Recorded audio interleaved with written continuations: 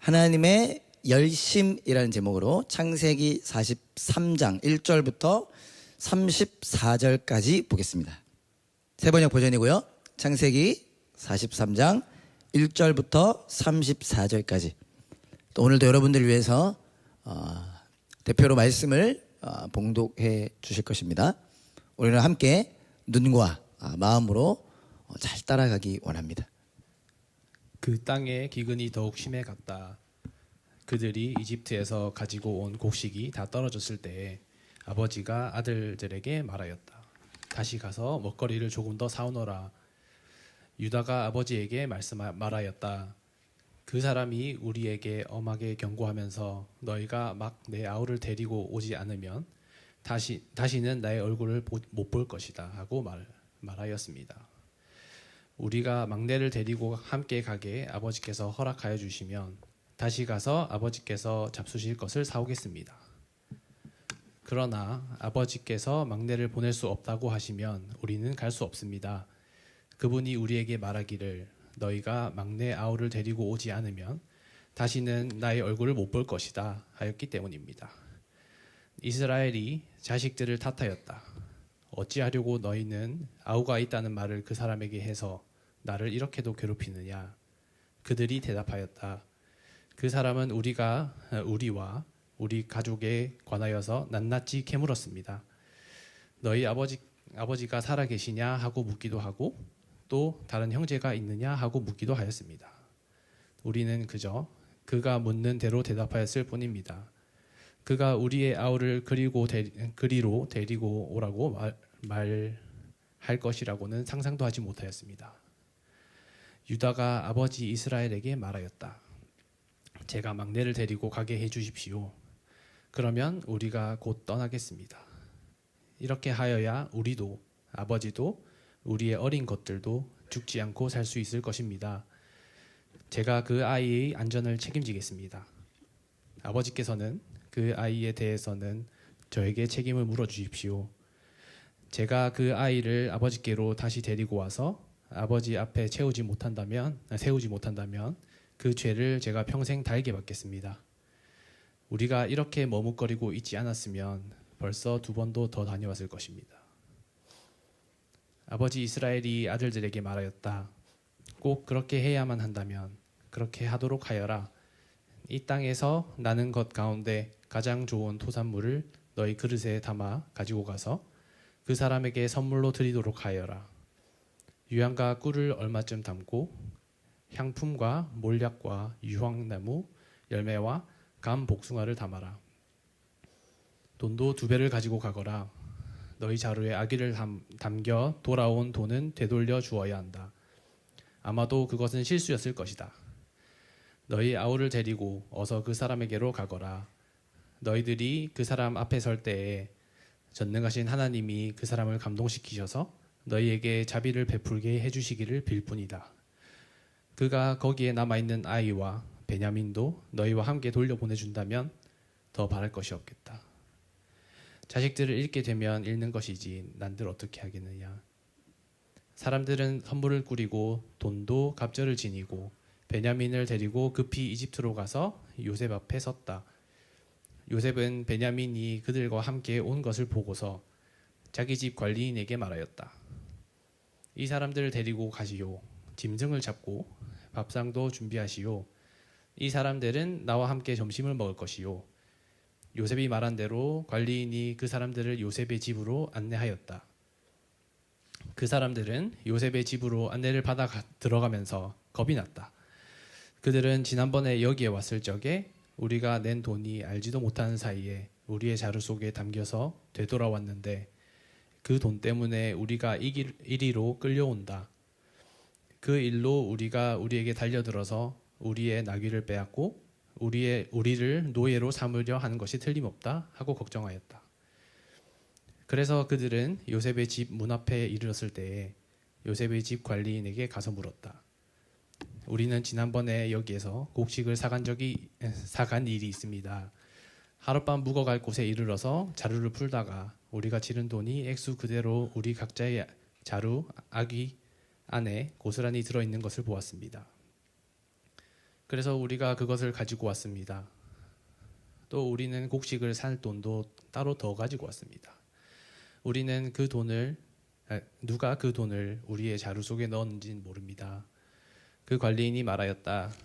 그동안 별거 없으셨습니까? 걱정하지 마십시오. 댁들을 돌보시는 하나님, 댁들의 조상을 돌보신 그 하나님이 그 자루에 보물을 넣어주신 것입니다. 나는 댁들이 낸 돈을 받았습니다. 이렇게 말하면서 관리인은 시므온을 그들에게로 데리고 왔다. 관리인은 그 사람들을 요셉의 집안으로 안내하고서 발을 씻을 물도 주고 그들이 끌고 온 나귀에게도 먹이를 주었다. 그들은 거기에서 점심을 먹게 된다는 말을 들었으므로 정오에 올 요셉을 기다리면서 장만에 온 선물을 정돈하고 있었다. 요셉이 집으로 오니 그들은 집 안으로 가지고 들어온 선물을 요셉 앞에 내놓고 땅에 엎드려 절을 하였다. 요셉은 그들의 안부를 묻고 난 다음에 전에 그대들이 나에게 말한 그 연세 많으신 아버지도 안녕하시오? 그분이 아직도 살아계시오? 하고 물었다. 그들은 총리 어른의 종인 소인의 아버지는 지금도 살아있고 평안합니다 하고 대답하면서 몸을 굽혀서 절을 하였다. 요셉이 둘러보다가 자기의 친어머니의 아들, 친동생 베냐민을 보면서 이 아이가 지난번에 그대들이 나에게 말한 바로 그 막내 아우요? 하고 물었다. 그러면서 그는 귀엽구나. 하나님이 너에게 복 주시기를 빈다. 하고 말하였다. 요셉은 자기 친동생을 보다가 마구 치밀어 오르는 형제의 정을 누르지 못하여 급히 울 곳을 찾아 자기의 방으로 들어가서 한참 동안 울고 얼굴을 씻고 도로 나와서 그 정을 누르면서 밥상을 차리라고 명령하였다. 밥상을 차리는 사람들은 요셉에게 상을 따로 차려서 올리고 그의 형제들에게도 따로 차리고 요셉의 집에서 먹고 사는 이집트 사람들에게도 따로 차렸다. 이집트 사람들은 히브리 사람들과 같은 상에서 먹으면 부정을 탄다고 생각하기 때문에 상을 같이 차리지 않은 것이다.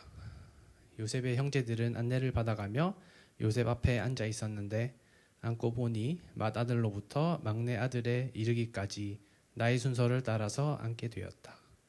그 사람들은 어리둥절하면서 서로 쳐다보았다.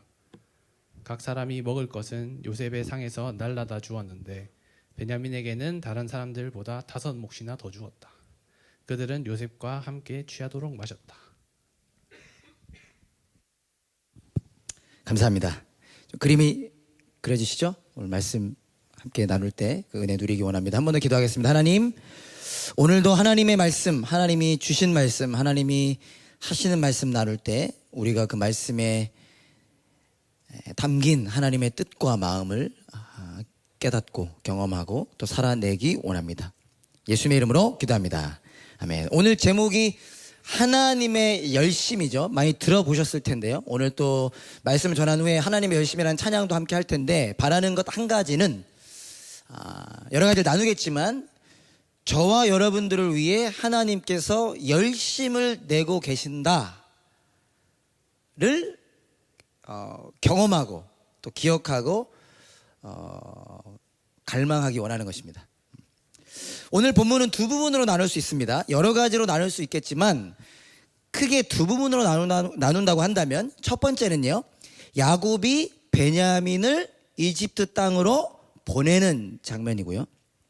두 번째 장면은 그렇게 보내진 베냐민과 요셉의 형들이 요셉을 만나게 되는 장면입니다. 이게 크게 두 가지로 나눌 수 있는데 이 각각의 장면에서 하나씩 우리가 어떤 의미가 담겨 있는지를 기억하고 살아내기 원하는 것입니다. 그것이 전체적으로 하나님의 열심이라고 제가 표현해 보았습니다. 첫 번째, 오늘 본문 첫 번째 내용에서 우리가 보게 되는 것은요, 한번 따라해 볼까요? 야곱이 바뀌었다. 다시 더 힘을 내서, 자, 여러분 어깨 피시고 가슴 피시고, 자, 다시 야곱이 바뀌었다.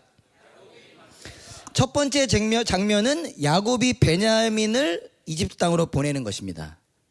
이 장면에서 우리가 보게 되는 핵심 내용은요, 야곱이 바뀌기 시작한다는 거예요. 아니, 더 바뀌었다는 거예요. 좀 다르게 표현해 본다면 하나님께서 야곱을 바꾸어 가신다는 것입니다.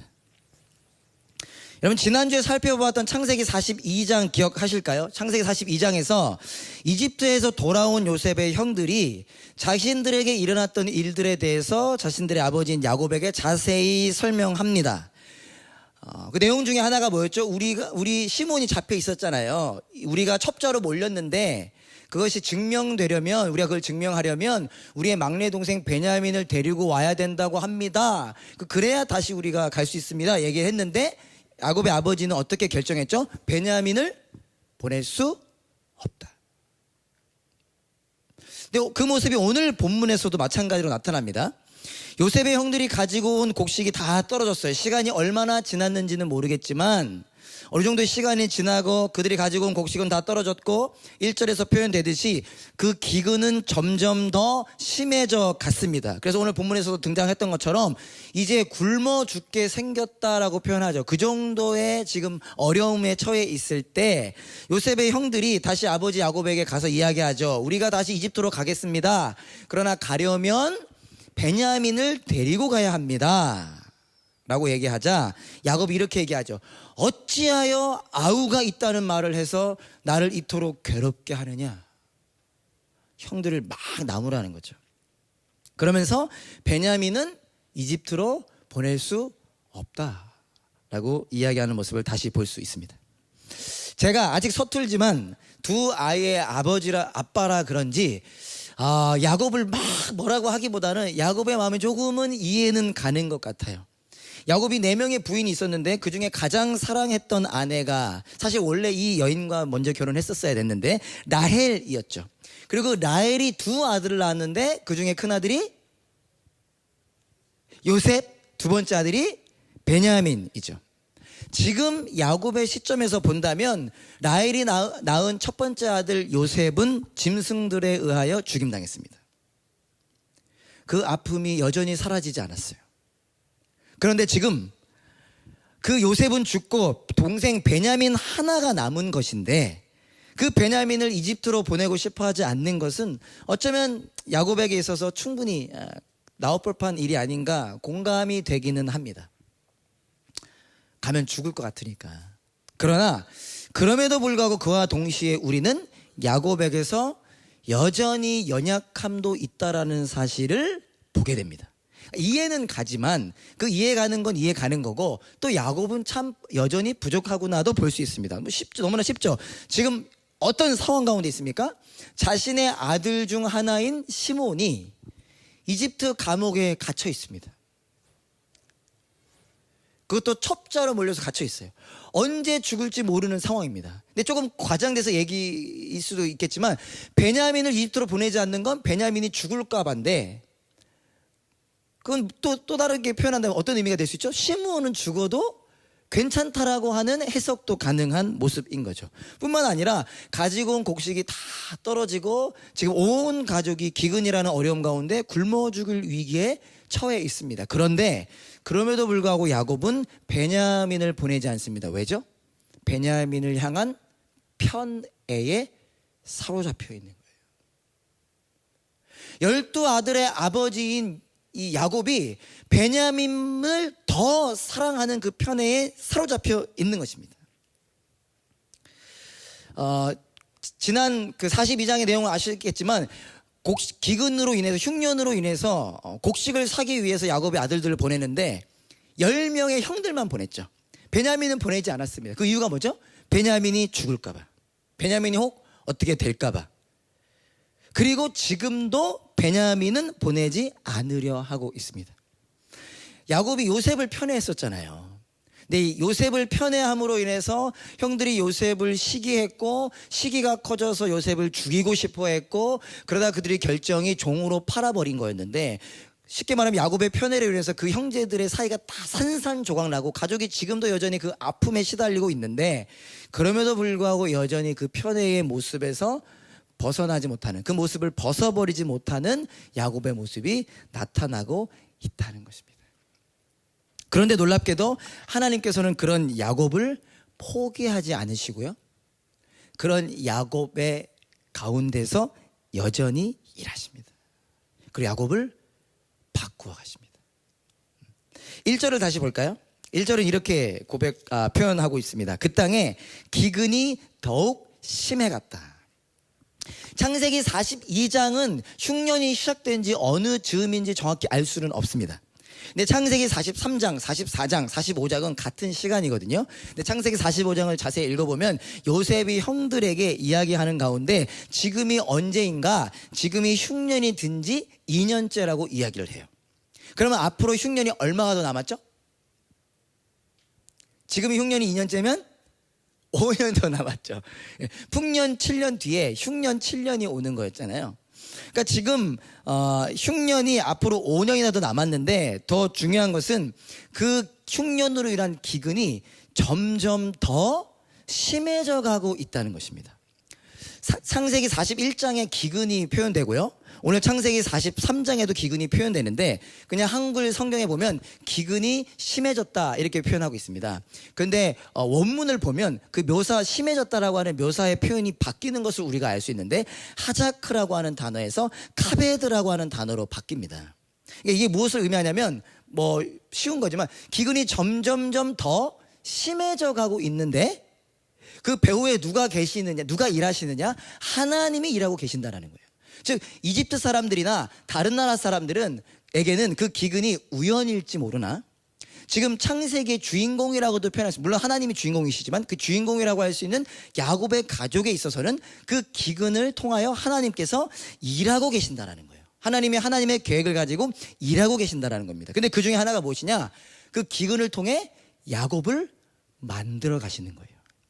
인간적인 눈으로 볼 땐 좀 섭섭할 수 있지만 기근이 점점 더 심해져 가면서 그 포기하지 못하는 야곱을 궁지로 몰고 가시면서 하나님께서 하나님이 기뻐하시는 모습으로 조금씩 만들어가고 계신다라는 것을 우리는 이해할 수 있다는 것입니다. 그 중에 하나가 또 무엇이냐? 6절을 한번 보면요. 6절이 이렇습니다. 이스라엘이 자식들을 탓하였다. 어찌하려고 너희는 아우가 있다는 말을 그 사람에게 해서 나를 이렇게도 괴롭히느냐. 근데 여러분 6절 초반부에 야곱을 지금 뭐라고 기록하고 있습니까? 뭐라고 기록하고 있어요? 이게 쉬운 거 어렵지 않죠? 써있죠. 이스라엘이라고 표현했습니다. 여러분 아시죠? 창세기 35장에서 하나님께서 야곱의 이름을 바꿔주십니다. 야곱의 이름을 이스라엘이라고 바꾸시죠. 내가 너의 이름을 바꾸겠다. 앞으로는 이스라엘이라 하겠다. 그러면서 그 뜻이 뭐죠? 야곱을 통해서 큰 민족을 만드시겠다. 그래서 그게 이스라엘이라고 하는 야곱의 이름이 나중에 나라의 이름이 되게 되죠. 근데 여러분 창세기 42장까지는 그냥 야곱이라고 기록하다가 갑자기 창세기를 기록한 기자가 43장에서는 이스라엘이라고 기록하기 시작합니다. 그래서 오늘 6절도 그랬고요. 8절도 그렇고요. 11절도 그렇고요. 왜 그럴까요? 왜 이스라엘이라고 기록할까요? 이 창세기를 읽는 저와 여러분들이 기억하게 하기 위함입니다. 뭐죠? 이스라엘. 뭐가 떠오르는 거죠? 하나님이 야곱의 이름을 바꾸셨구나. 왜 바꾸셨지? 하나님이 야곱에게 약속하셨구나. 어떤 약속이었지? 내가 너로 큰 민족이 되게 하겠다. 즉 창세기 43장을 읽는 저와 여러분들이 이 이스라엘이라고 하는 표현을 통하여 창세기 기자는 무엇을 의도한 것이냐? 하나님께서 하나님의 약속, 야곱에게 하신 내가 너로 큰 민족을 이루겠다라고 하신 그 약속 안에서 기근이라고 하는 시간, 기근이라고 하는 통로를 통하여 야곱을 하나님이 일하실 종의 모습으로 만들어 가시고 빚어가고 계신다라는 것을 우리에게 보여주고 있는 것입니다.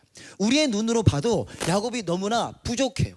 아니 요셉 한번 편애한 걸로 깨달았어야지. 베냐민도 편애하는 모습을 통해 어떻게 이런 사람이 민족이 될 수 있을까? 근데 우리에게 말씀하시는 겁니다. 아니 하나님은 여전히 살아서 역사하고 계셔.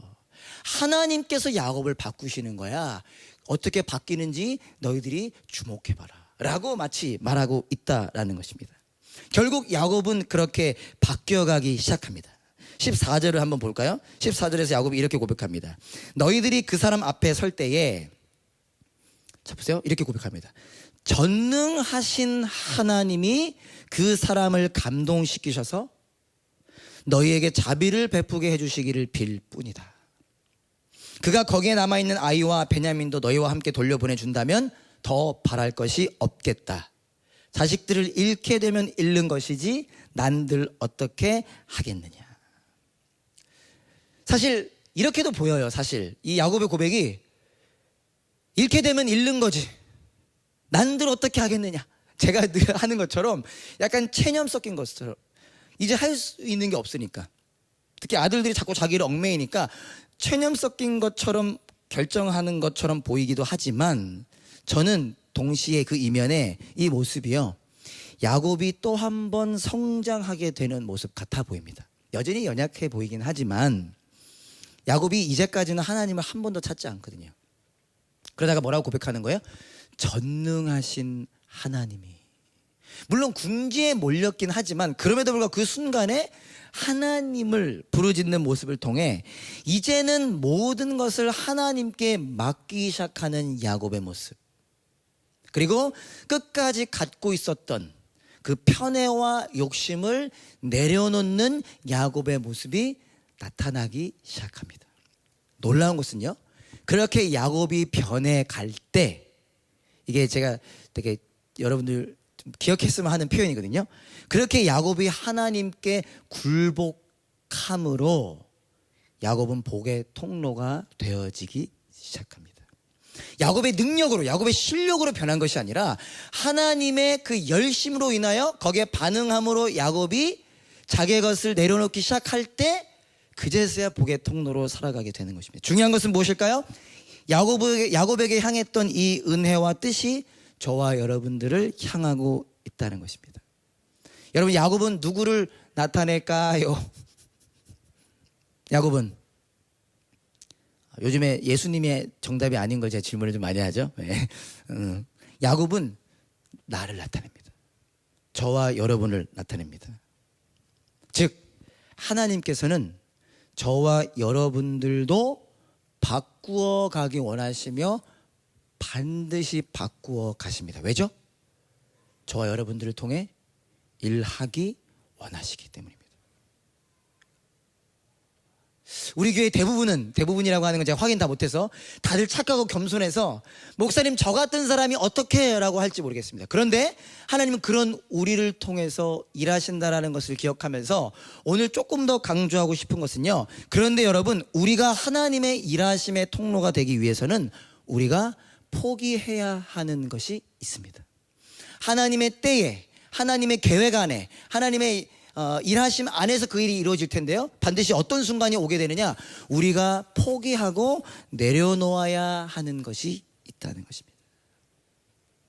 그래서 오늘 여러분들이 세대별 모임을 하면서 좀 고민해보고 생각해보고 나눠보셨으면 좋겠어요. 로마서에서는요, 육신을 따라 사는 것, 육신에 속한 것, 세상의 풍조, 세상, 여러 가지로 표현하기도 하는데요, 이게 쉬울지 모르겠는데 좀 더 쉽게 표현하자면 하나님보다 앞서는 무엇, 하나님의 사랑과 은혜를 가로막는 무엇, 야곱에게 있어서는 베냐민과 같은 그 무엇, 좀 더 직접적으로 표현한다면 여러분들의 마음을 지금 차지하고 있는 그것이 아무리 제3자의 눈으로 볼 때 좋은 거라고 할지라도, 아주 근사한 거라 할지라도 그것이 여러분들의 마음을 차지하고 그래서 예수님의 자리를 위협한다면 그것이 바로 우리가 포기하고 내려놓아야 할 무엇이라는 것입니다. 여러분, 하나님께서는 금그릇, 은그릇, 어떤 그릇 사용하실까요? 네, 하나님은 깨끗한 그릇 사용하시죠. 혹 우리가 질그릇일지언정 그 질그릇의 보물을 예수님을 담게 해주신다고 했는데 그 전제 조건은 우리가 깨끗한 그릇이 될 때, 우리가 우리의 것들, 인간적인 것들, 세상의 것들을 내려놓을 때 우리는 하나님의 일하심의 통로가 되는 것입니다. 그 은혜를 누릴 수 있는 저와 여러분 될 수 있기를 소망합니다. 옆 사람에게 이렇게 한번 격려해 봅시다. 하나님이 나도 바꾸신답니다. 옳다쿠나 하지 마시고요. 두 번째, 오늘 본문을 통해 우리가 기억하고자 하는 두 번째는요, 한번 따라해 주실까요? 형들이 하나가 되었다. 다시, 형들이 하나가 되었다. 오늘 본문의 첫 번째 장면은 야곱이 베냐민을 보내는 거였고요, 두 번째 장면은 그렇게 보내진 베냐민과 요셉의 형들이 요셉을 만나게 되는 장면입니다. 거기서 우리가 보게 되는 한 가지는 요셉의 형들이 하나가 되어 간다는 거예요. 하나님께서 요셉의 형들을 하나로 만들어 가신다는 겁니다. 여러분, 오늘 본문에는 특이한 장면이 나옵니다. 특이한 장면이 사실 많겠죠. 특이한 장면 중에 하나가 뭐냐, 16절에 보면요, 요셉이 형들을 식사의 자리로 초대해요. 점심 먹자 그럽니다. 점심 먹자. 근데 이게 우리야 그냥 뭐 창세기를 그냥 읽다 보면 뭐 그러려니 할지도 모르겠지만, 지금 요셉의 형들이 곡식을 사러 온 수많은 인파들 중에 한 사람들이잖아요. 세상에 이집트의 주위에 수많은 나라에서 곡식을 사러 왔는데, 그 곡식 사러 온 사람한테 밥 먹자고 하는 겁니다. 근데 그것도 요셉의 형들은 어떤 처지죠? 첩자로 물린 사람들이에요. 그것도 총리가 직접 너네 첩자지 얘기해놓고서 점심 먹자 그럽니다. 이거 사실 상당히 생뚱맞은 장면이죠. 그래서 요셉의 형들마저도 끌려가 식사의 자리로 가면서 뭐라고 합니까? 이거 말도 안 되는 일인데, 이건 제 말이고요. 말도 안 되는 일인데 하면서 뭐라고 하죠? 우리 지금 끌려가는가 보다. 이 이집트 사람들이, 이 총리가 우리를 노예 삼으려 하나 보다라고 자기들끼리 얘기해요. 왜요? 이게 있을 수 없는 일이니까요. 그리고 또 한 가지 특이한 장면은요, 30절에 보면 요셉이 그렇게 형들을 자기 집으로 초대하고 자신의 동생 베냐민을 드디어 만나게 되는데, 그때도 요셉의 형들을 만났을 때처럼 자기 자신을 알리지 않고 뜸을 들입니다. 모르는 척해요. 자기가 요셉이 아닌 척합니다. 성경에 보면 친동생인 베냐민을 보고 형제의 정이 치밀어 올랐다 그래요. 이 너무나 그립고 보고 싶었던 자기 동생을 보고 막 그 사랑의 마음이 막 치밀어 올랐는데, 그래서 요셉이 바로 뛰어가서 그 동생을 끌어안고 껴안고 부둥켜 안는 것이 아니라 급히 자기 방으로 들어가서 한참 동안 펑펑 울었다고 기록합니다. 그리고 눈물을 닦고 세수를 하고 다시 나와서 자신이 요셉이 아닌 척, 총리로서 그대로 이렇게 행동합니다. 요셉이 왜 이런 행동을 했을까? 요셉의 행동이 가지고 있는 의미는 무엇일까? 여러 가지가 있을 수 있지만 그중에 핵심은 요셉을 포함한 요셉의 형제들이 가족으로 부름받은 것임이 나타나고 있는 것입니다. 가족, 어떤 존재죠? 하나인 존재, 사랑하는 존재. 그리고 그 연장선상에 있는 것이 무엇이냐? 바로 이스라엘이라는 나라인 것입니다. 하나님이 야곱과 그의 아들들을 이스라엘이라고 하는 하나님을 나타내는 나라로 만들기 원하시는데, 지금 요셉의 형제들은 하나는 고사하고 철천지 원수처럼 되어 있습니다. 야곱이 편애함으로 인하여 형제들은 시기하고 질투하고 갈라져 있고 싸우고 있고 으르렁거리고 있습니다. 근데 하나님께서 그들을 그냥 두지 않으시고 그들을 버리지 아니하시고 그들을 포기하지 않으시고 그들을 다시 하나의 모습으로 만들어가고 계신다라는 것이고, 그 통로가 무엇이냐? 바로 요셉이라는 것입니다. 요셉이 뜸을 들이는 모습이자 이유가 바로 거기에 있다라는 것입니다. 23절에 보면 무서워 떠는 요셉의 형들에게 요셉의 집을 관리하는 관리인이 이런 말을 합니다. 23절에 보면요, 그동안 별거 없으셨습니까? 걱정하지 마십시오. 댁들을 돌보시는 하나님, 댁들의 조상을 돌보신 그 하나님이 그 자루에 보물을 넣어주신 것입니다. 지금 요셉의 집을 관리하는 관리인의 입에서 그가 뭐라고 표현합니까? 댁들을 돌보시는 하나님, 댁들의 조상을 돌보신 하나님, 하나님이 지금 선포되고 있는 거죠. 즉 이건 역시 창세기를 기록한 창세기 기자가 이 이집트 사람을 통해서도 선포해주고 있는 것입니다. 아마 그 사람은 요셉을 통해서 하나님을 알게 된 사람이겠죠. 혹은 하나님을 듣게 된 사람이겠죠. 학자들 중에서는 하나님을 믿게 됐다라고 표현하기도 하지만 우리가 그것은 알 수 없지만 분명 요셉을 통해 하나님을 보았을 것이고, 그의 입술을 통해 하나님은 여전히 살아계시며 우리 가운데 역사하신다. 특별히 요셉을 통해 요셉의 형들을 만들어가고 계신다라는 사실이 선포되고 있는 것입니다. 서로 으르렁거리는 그 형제들을 포기하지 않는 정도가 아니라 그들을 회복시키시고 다시 하나로 만드시는, 그래서 여러분 식사의 자리로 초대된 것입니다. 우리도 그냥 밥 먹지 않잖아요. 특별히 이스라엘 사람들은 밥을 먹는다. 이 식탁 공동체, 가족을 의미하거든요.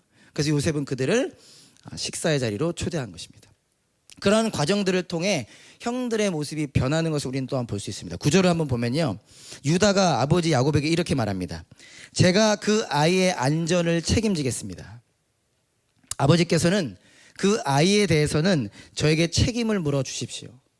제가 그 아이를 아버지께로 다시 데리고 와서 아버지 앞에 세우지 못한다면 그 죄를 제가 평생 달게 받겠습니다. 유다가 가족을 위해 나섭니다. 굶주려 죽을 위기에 처한 가족들을 위해 나설 뿐만 아니라 베냐민을 책임지겠다 그래요. 개역개정 같은 경우는 본인이 담보가 되겠다라고 표현합니다. 여러분 어땠던 유다죠? 아버지 야곱이 요셉을 편애하는 것이 너무나 싫어서 시기하고 질투하는 정도가 아니라 죽이려 했던 사람이에요. 우리는 상상할 수 없죠. 동생을 죽이려 하다가 한 발 물러나서 동생 팔아버린 사람 중에 하나가 지금 뭐라고 얘기하는 겁니까? 편애의 대상인 베냐민을 시기하던 사람에서 이제는 자신이 대신 죽기로 결정하는 사람이 된 것입니다. 하나님이 요셉을 통하여 또 하나님의 일하심을 통하여 유다를 바꿔 가시는 거죠. 34절을 보면요. 이런 표현이 있습니다. 각 사람이 먹을 것은 요셉의 상에서 날라다 주었는데 베냐민에게는 다른 사람보다 5목이나 더 주었다. 그들은 요셉과 함께 취하도록 마셨다. 요셉의 집에서 요셉의 형제들이 함께 식사를 하게 됩니다. 세 테이블로 나뉘어져요. 이집트 사람들은 히브리 사람들과 한 자리에서 식사하지 않았기 때문에 총리, 최고 권력자인 요셉의 상을 따로 차리고 요셉의 그 형들의 상을 따로 차리고 이집트 사람들의 상을 따로 차립니다. 그리고 성경에 보니까 요셉의 상에 있는 음식들을 요셉의 형들에게 나눠줍니다. 근데 여기도 신기한 장면이 나타나는 게 그들의 인도에 따라서 요셉의 형제들이 앉았는데 어떤 순서대로 앉았다 그래요? 아까 나이 순서대로 앉았어요. 그러니까 자기들이 나이 순서대로 앉은 게 아니라 요셉이 다 얘기했겠죠. 자, 저 사람이 1번, 저 사람이 2번, 저 사람이 3번이야. 차례차례 앉혀. 그래서 앉고 보니까 나이 순서대로 앉은 겁니다. 뭐죠? 그들이 형제라는 사실, 가족이라고 하는 사실을 은연중에 알게 하는 거죠. 근데 그리고 나서 또 뭘 하느냐? 음식을 가져다 주는데 베냐민에게만 5배를 줘요. 우리 식으로 따지면 이렇게 식사 초대돼서 갔는데 밥 이렇게 공기다 주지 않습니까? 너무 차이가 나. 이렇게 보통 한국인 주는데 베냐민만 이렇게 주는 거예요. 근데 여러분 베냐민을 또 아이로 생각하면 안 돼요. 봄이 이렇게 생각하면 봄이도 아이는 아니지만 적어도 20살은 넘었을 겁니다. 계산을 해보면. 그러니까 이미 다 청년인데 그 베냐민에게만 5분 줍니다. 그러면 이제 학자들은 뭐라고 표현하냐? 그 당시 고대 근동에서는 특별한 손님에게 경의와 애정을 표현할 때 그렇게 5배로 줬다고 해요. 근데 그게 맞다 손 치더라도 여러분 지금 이게 어떤 모습이 나타나고 있는 거죠? 요셉이 지금 뭐 하고 있는 거예요? 편애하고 있는 거예요. 특별한 손님이라고 표현하는 것조차도 그게 좋게 표현하면 특별한 손님이지. 요셉의 형들에게는 왜 쟤만, 그것도 제일 막내, 별로 밥도 많이 못 먹는 애인데 왜 쟤만 5공기를 주는 거야? 이게 편애죠. 그래서 학자들도 요셉이 지금 편애하는 거다라고 해석하기도 합니다. 근데 중요한 것은 무엇이냐? 지금 야곱의 편애를 넘어 요셉도 지금 베냐민을 편애하는 것 같은데, 그런데 형들이 괜찮아 보여요. 자세히 기록하고 있지 않지만 마지막 절은 이렇게 끝났습니다. 그들은 요셉과 함께 취하도록 마셨다. 취하도록 마셨다. 그게 괜찮았던 것 같아요. 옛날 같았으면 안 되겠다. 쟤도 죽여야 되겠다. 어디 감히. 근데 괜찮은 것 같아요. 어떻게 바뀌어가는 거죠? 살아계신 하나님의 일하심 속에 또 요셉이라고 하는 인물을 통해 기근이라고 하는 첩자라고 몰린 그 상황을 통해 하나님께서 요셉의 형들을 하나로 빚어가고 계신 모습이 나타나는 것입니다. 중요한 것은 무엇입니까? 이 은혜가, 이 하나님의 뜻이 저와 여러분들을 향하고 있다는 것입니다. 하나님께서는 저와 여러분을 교회로 부르시고 세우셨습니다. 너무 많이 했던 얘기죠. 여러분, 교회는 어떤 존재인가요? 교회를 뭐라고 표현하죠? 교회를 한 몸, 한 가족이라고 표현합니다. 몸이래요. 떨어질래야 떨어질 수 없는, 팔과 몸과 다리가 떨어질래야 떨어질 수 없는 몸, 그냥 비유일 뿐인가요? 아니죠. 예수님을 머리로 하나가 된 존재가 교회라는 것입니다. 여전히 부족하고 연약하지만 이런저런 어려움과 문제도 많지만 우리가 오늘 반드시 다시 한번 기억해야 하는 분명한 사실은, 진리는 무엇인가? 하나님께서 우리를 하나로 부르셨다라는 거예요. 교회는 여러분 그냥 왔다 가는 게 아닙니다. 예배드리러 그냥 왔다 가는 게 아니에요. 교회란 한 몸으로 부름받았다라는 것입니다. 혹 다른 사람들은 목사님 어떻게 그게 우리의 세상에서도 존재할 수 있습니까? 라고 혹 말할지 몰라도 나만큼은 어떤 생각을 해야 되느냐? 아니야, 하나님께서 교회는 하나 되게 하신 거야. 그것을 기억하고 포기하지 않고 갈망하며 씨름해야 되는 것입니다. 어떤 것을요? 에베소서에서 이렇게 얘기하죠. 성령님이 하나 되게 하신 것을 힘써 지켜라. 다른 사람들은 다 아니라 할지 몰라도, 목사님 지금 시대가 어느 때인데 교회가 하나입니까? 적당하게 관계하면서 살아가는 거지요 라고 말할지 몰라도, 나 한 사람만큼은 이 하나님의 말씀 붙잡고 예수님께서 십자가에 돌아가시로 말미암아 원수된 너와 나를 하나로 만들게 하셨다는 말씀 붙잡고, 나를 통해 이 교회가 하나가 될 수 있도록 포기하지 않고 몸부림치며 힘쓰는 사람이 되는 것, 그것이 오늘 말씀을 통해 우리가 기억해야 하는 것입니다. 여러분, 그 일이 가능하려면 우리가 말씀에 더 반응하며 말씀을 붙잡아야 됩니다. 제가 지난주에 얘기했던 거 한 번 더 얘기하면, 일부 예배 때 사람들이 했는데, 제가 지난주에 준호 전사님 설교 얘기하다가 그 아무 노래 얘기하지 않았습니까? 제가 이제 전사님한테 확인해가지고 누가 춤췄나 다 알아냈거든요. 그게 문제는 아니죠. 여러분, 제가 아무 노래에 반응한 걸 문제 삼는 게 아니라는 거 아시죠? 우리 교회가 어떤 교회가 되길 원하느냐? 아무 노래라고 가사를 그냥 읊었을 뿐인데 몸이 저절로 움직이는 정도라면 하나님의 은혜에 반응하는 것은 더 해야 되지 않겠는가? 그러니까 유튜브, 넷플릭스, 또 뭐가 있나요? 뭐 게임, 좋은 거 많죠. 그런 것들 보지 말라는 얘기가 아니라 그런 거 볼 수 있죠. 그러나 그것들로 채워지다 보면 그것들이 현실이 되는 것입니다. 그것들 보지 말자가 아니라, 지금 우리가 어떻게 살아야 할 때냐? 하나님의 말씀을 채워야 할 때인 것입니다. 우리가 하나님의 말씀을 붙잡지 않으니까, 교회가 하나라는 얘기 그거 옛날부터 하더니 목사님 다 압니다. 근데 현실이 그게 아니잖아요. MBTI 보세요. 우리가 이렇게 다른데 우리가 하나가 돼서, 목사님 T잖아요. T랑 어떻게 해야 F가 하나가 됩니까? 라고 하는 것이 아니라,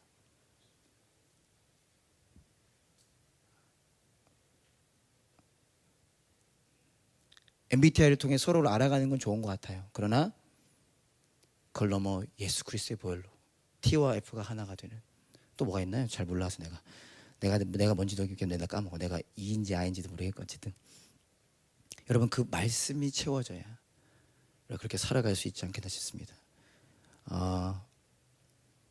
이 중에 누군가 한 사람이 그렇게 씨름할 때 우리 담없는 교회는 하나로 지어져 갈 것입니다. 그리고 이 땅의 통로로 살아가게 될 것입니다. 말씀을 마치겠습니다. 야곱은 망설였습니다. 저 같아도 망설였을 것 같아요. 충분히 이해가 갑니다. 베냐민을 어떻게 이집트로 보내요? 그 막내를 어떻게 보냅니까? 나도 못 보내. 죽어도 못 보내. 나도 못 보내. 그러나 그만큼 어려운 일인데, 그러나 우리 하나님께서는 망설이지 않으셨습니다. 단 한순간도 1분 1초도 망설이지 않고 자신의 아들을 죄된 육신을 지닌 모습으로 보내셔서 그 아들의 죽음으로 말미암아 이곳에 앉아있는 저와 여러분들을, 죄인이었던 우리를 아들, 딸 삼아 주셨습니다. 그분은 망설이지 않으셨습니다. 그것이 우리를 향한 하나님 아버지의 사랑인 것입니다. 말씀 한 구절 같이 읽기 원합니다. 이사야 9장 6절 7절인데요. 다 같이 한번 읽어볼까요? 시작.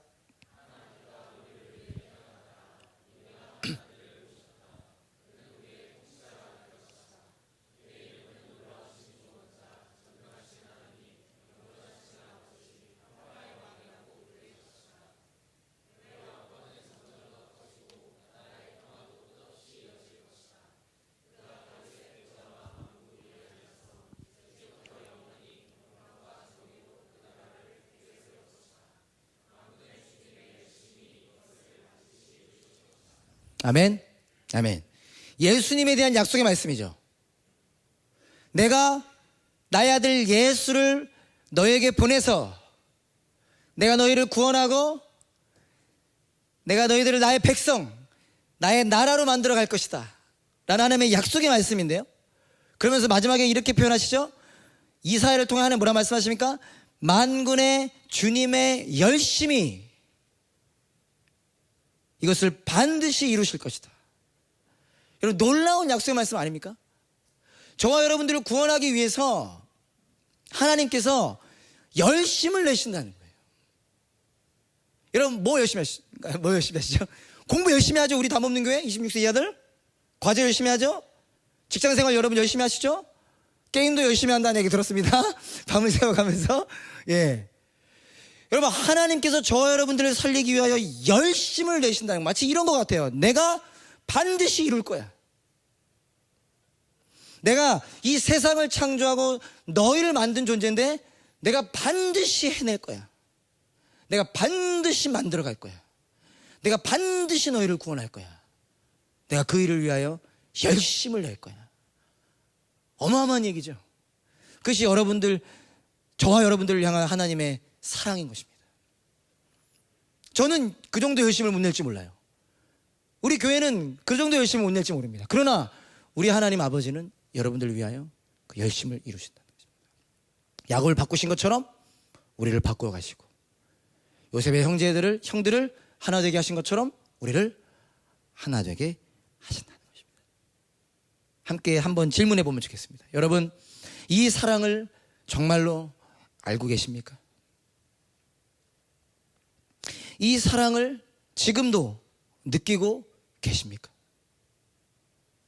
이 사랑을 더 갈망하고 계십니까? 이 사랑을 나누고 계십니까? 단계죠. 이 사랑을 아직 모른다면 알기를 갈망합시다. 지금 느끼지 못하고 있다면 지금 느끼기를 갈망합시다. 지금 느끼고 있다면 더 알아가기를 갈망합시다. 더 알아가기를 갈망하고 있다면 이제는 다른 누군가에게 그 은혜를 전합시다. 하나님께서 당신을 위해 열심을 내고 계십니다. 그런 저와 여러분 될 수 있기를 간절히 소망합니다. 아멘. 우리 자리에서 일어나서 함께 찬양합시다.